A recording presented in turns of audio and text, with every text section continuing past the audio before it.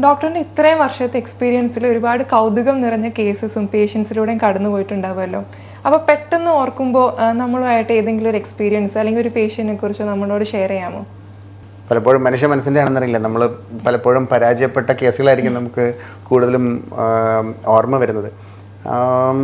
പണ്ട് ഞാൻ neuro surgery training കാലത്ത് ഞങ്ങൾ ഒ പിയിലിരിക്കുന്ന സമയത്ത്, നമ്മൾ ഒ പിയിൽ നല്ല തിരക്കുള്ള ഒ പി ആയിരിക്കും, പേഷ്യൻസ് ഒരുപാട് പേര് വന്നു പോകുന്നതാണ്. അപ്പോൾ ഒരു ചീട്ടെടുത്ത് ആ ലൈനിലെ പേഷ്യൻസ് അകത്തേക്ക് വരാറുള്ളൂ. അപ്പോൾ ആ കാലത്തൊക്കെ ഗ്രേഡ് 4 ബ്രെയിൻ ട്യൂമർ എന്ന് പറഞ്ഞാൽ നമ്മൾ വിശ്വസിക്കുന്നതെന്ന് പറഞ്ഞാൽ 1.5 മുതൽ 2 വർഷം വരെ ആയുസുള്ളൂ എന്നുള്ളതാണ് നമ്മൾ ഗ്രേഡ് 4 ബ്രെയിൻ ട്യൂമറിന് വിശ്വസിക്കുന്നത്. അപ്പോൾ ഞങ്ങളുടെ ഒ പിയിൽ ഞങ്ങളിരിക്കുമ്പോൾ ഒരു 2 മാസത്തിലൊരിക്കലോ 3 മാസത്തിലൊരിക്കലോ ഒരു പ്രായമായ ഒരു മനുഷ്യൻ ഒരു ലൈനും നോക്കാതെ ഒന്നും കൂസലില്ലാതെ ഇടിച്ചു കയറി അകത്തേക്ക് വരുമായിരുന്നു. അപ്പോൾ തലച്ചോറിൻ്റെ തലയൊട്ടിയുടെ ഒരു ഭാഗത്ത് ഒരു വലിയ ഒരു ബോൺ എടുത്ത് മാറ്റിയതിൻ്റെ ഒരു കുഴിയെല്ലാം പുള്ളിയുടെ തലയിൽ കാണാം. മുടിയൊന്നും ഇല്ലാത്തൊരു പ്രായമുള്ള മനുഷ്യനാണ്. അപ്പോൾ ആ കുഴി ഒരു സ്ക്വയറിലൊരു കുഴി നമുക്ക് കാണാം. ആ പുള്ളി വളരെ ഒരു ലൈനും എനിക്ക് കൂസലില്ല എന്നുള്ള രീതിയിൽ ഇടിച്ചകത്തേക്ക് കയറി വരും. എന്നിട്ട് ഞങ്ങളെല്ലാവരും നോക്കി വളരെയധികം പുഞ്ചിരിക്കും. എന്നിട്ട് പറയും, നിങ്ങളുടെ സാറ്, അപ്പോൾ ഞങ്ങളെ പഠിപ്പിച്ച ഞങ്ങളുടെ സാറ്, നിങ്ങളുടെ സാറ് 25 വർഷം മുമ്പ് പറഞ്ഞതാണ് എനിക്ക് ഗ്രേഡ് 4 ട്യൂമറാണെന്ന്, ഞാൻ 2 വർഷം കൊണ്ട് മരിച്ചു പോകുമെന്ന് പറഞ്ഞതാണെന്ന് പറഞ്ഞിട്ട് പുള്ളി 25 വർഷമായി ഒരു 3 മാസം കഴിയുമ്പോഴെങ്കിലും ഞങ്ങൾ വന്നൊന്ന് ഓർമ്മിപ്പിക്കും, ഇതൊന്നും നമ്മുടെ കയ്യിലല്ല, ഇതെല്ലാം ദൈവത്തിൻ്റെ കയ്യിലാണെന്നുള്ളത്. അത് പക്ഷേ എനിക്ക് വളരെയധികം ഒരു ഹംബ്ലിങ് എക്സ്പീരിയൻസ് ആയിട്ടാണ് തോന്നിയിട്ടുള്ളത്. കാരണം നമ്മൾ ഈ കണക്കുകൾ വിചാരിക്കുമ്പോഴും നമ്മൾ ഈ സ്റ്റഡീസ് വിചാരിക്കുമ്പോഴും എല്ലാം നമ്മൾ പറയുന്ന പല വിധികളെക്കാളെല്ലാം വലുതാണ് ദൈവത്തിൻ്റെ വിധി എന്ന് ഒരുപക്ഷെ നമ്മളെല്ലാവരും വിശ്വസിച്ച് പോകുന്ന ഒരു സന്തോഷകരമായൊരു അനുഭവമായിരുന്നു എനിക്കുണ്ടായിരുന്നത്. അപ്പോൾ അതൊരു വളരെ ഒരു രസകരമായ അനുഭവമായിട്ട് എനിക്ക് തോന്നിയിട്ടുള്ളത്. പിന്നീട് ഈയിടയ്ക്ക് പറഞ്ഞാൽ നമ്മുടെ നാട്ടിൽ പലപ്പോഴും ഇപ്പം അമേരിക്കയിലോ അല്ലെങ്കിൽ വെസ്റ്റേൺ കൺട്രീസിലോ ഒക്കെ പലപ്പോഴും ചികിത്സാ രീതികളൊക്കെ തന്നെ ഇൻഷുറൻസ് കവേർഡ് ആണ്, അല്ലെങ്കിൽ ഗവൺമെൻറ് കവേർഡ് ആണെന്നുള്ളത് കൊണ്ട് തന്നെ ചികിത്സാ രീതികളിൽ പരിമിതികളൊന്നുമില്ല. എന്താണോ ചികിത്സ ചെയ്യേണ്ടത് അത് ചികിത്സ ചെയ്ത് മുന്നോട്ട് പോകുക. അതിൻ്റേതായ വെയിറ്റിംഗ് പീരീഡൊക്കെ ഉണ്ടാകുമായിരിക്കാം, പക്ഷേ അതുകൊണ്ട് മുന്നോട്ട് പോകാം. പക്ഷേ നമ്മുടെ നാട്ടിൽ എങ്ങനെയാണെന്ന് പറഞ്ഞാൽ ഇപ്പോഴും ഇൻഷുറൻസ് വളരെയധികം ആൾക്കാർ വരെ ഒന്നും എത്തിയിട്ടില്ല. അതുകൊണ്ട് തന്നെ ചികിത്സാ രീതികളും പൂർണ്ണമായ ചികിത്സാ രീതികൾ എത്തിക്കാനായിട്ടുള്ള സാമ്പത്തിക ബുദ്ധിമുട്ട് വലിയ ഒരു പ്രശ്നം തന്നെയാണ് നമ്മുടെ നാട്ടിൽ പലപ്പോഴും. അപ്പോൾ കോംപ്ലക്സ് ആയിട്ടുള്ള രോഗങ്ങളാകുമ്പോഴത്തേക്കും അതിനേക്കാളും കൂടുതൽ ഇത് ബുദ്ധിമുട്ടാണ്. അപ്പോൾ അടുത്തിടയ്ക്ക് എൻ്റെ അടുത്തൊരു പേഷ്യൻ്റ് വരുന്നു. ഒരു 48 വയസ്സുള്ളൊരു മനുഷ്യനാണ്.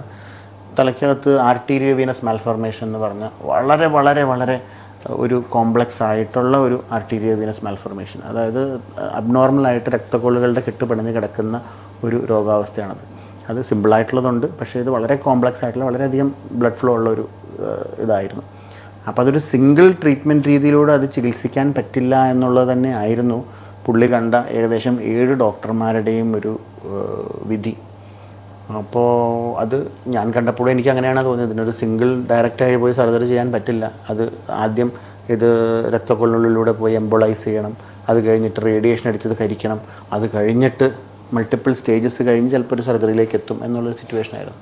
അപ്പോൾ ആ ഒരു മൾട്ടിപ്പിൾ സ്റ്റേജ് ചികിത്സയും സർജറിയും എല്ലാം ഏകദേശം ഒരു 30-35 ലക്ഷത്തോളം രൂപയിലേക്കാണ് ഏകദേശം ഒരു ബഡ്ജറ്റ് പോയിക്കൊണ്ടിരുന്നത്. അപ്പോൾ മറ്റ് 7 ഡോക്ടർമാർ പറഞ്ഞതുപോലെ തന്നെ ഞാനും അത് തന്നെയാണ് അഡ്വൈസ് കൊടുത്തത്.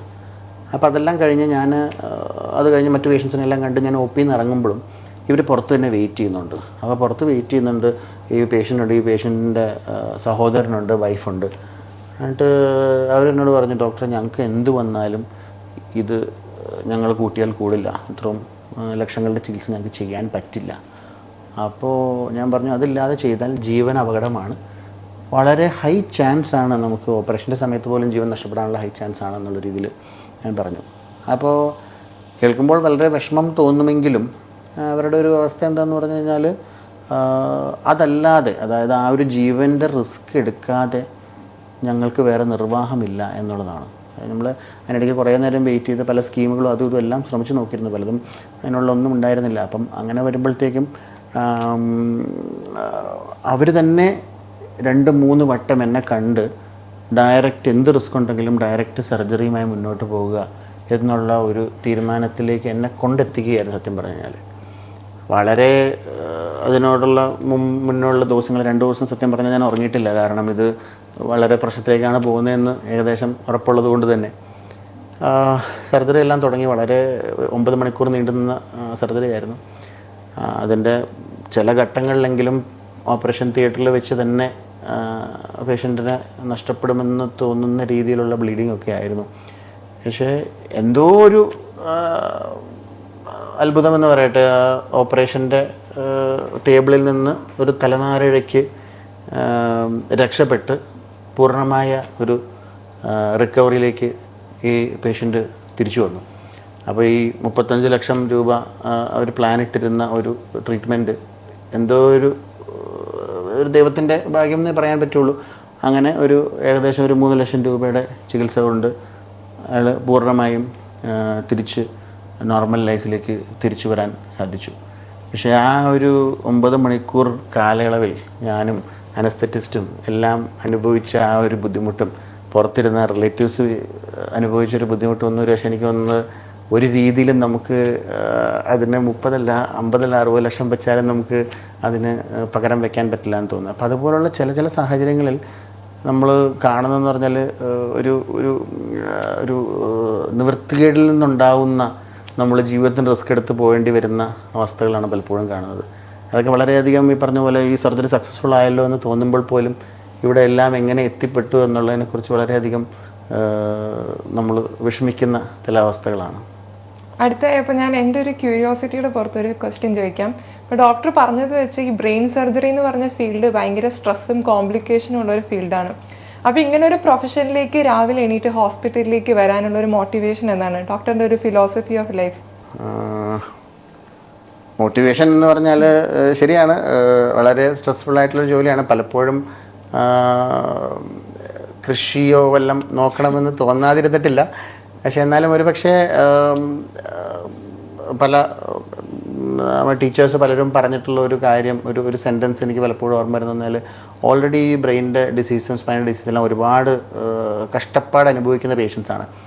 നമ്മളുടെ ഒരു ചികിത്സ ആ കഷ്ടപ്പാട് വർദ്ധിപ്പിക്കരുത് എന്നുള്ള ഒരു ചിന്താഗതി, അതായത് the treatment should never be verse than the disease എന്ന് പറയുന്ന ഒരു ചിന്താഗതിയാണ് പലപ്പോഴും എന്നെ നയിക്കുന്നത്.